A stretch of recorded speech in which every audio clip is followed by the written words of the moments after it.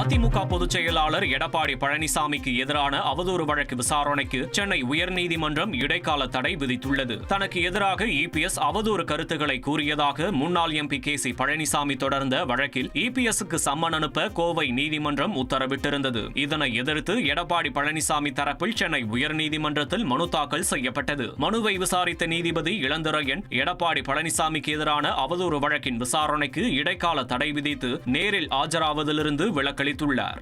பதவி நீக்கம் செய்யப்பட்டுள்ள நகராட்சி கவுன்சிலர்கள் பதவிகளுக்கு தேர்தல் நடத்த வேண்டாம் என அறிவுறுத்தியிருப்பதாக சென்னை உயர்நீதிமன்றத்தில் தமிழக அரசு விளக்கமளித்துள்ளது. அதிகார துஷ்பிரயோகம் செய்ததாக கூறி சென்னை, தாம்பரம், உசிலம்பட்டி மாநகராட்சிகளில் 4 கவுன்சிலர்கள் பதவி நீக்கம் செய்யப்பட்டனர். இதனை எதிர்த்து அவர்களது தரப்பில் தாக்கல் செய்யப்பட்ட மனுக்கள் சென்னை உயர்நீதிமன்றத்தில் விசாரணைக்கு வந்தது. அப்போது தமிழக அரசு தரப்பில் அளிக்கப்பட்ட விளக்கத்தில் இந்த வழக்குகள் முடியும் வரை 4 கவுன்சிலர்களின் பதவிகளுக்கும் தேர்தல் நடத்தக்கூடாது என மாநில தேர்தல் ஆணையத்திற்கு கடிதம் அனுப்பியுள்ளதாக தெரிவிக்கப்பட்டது.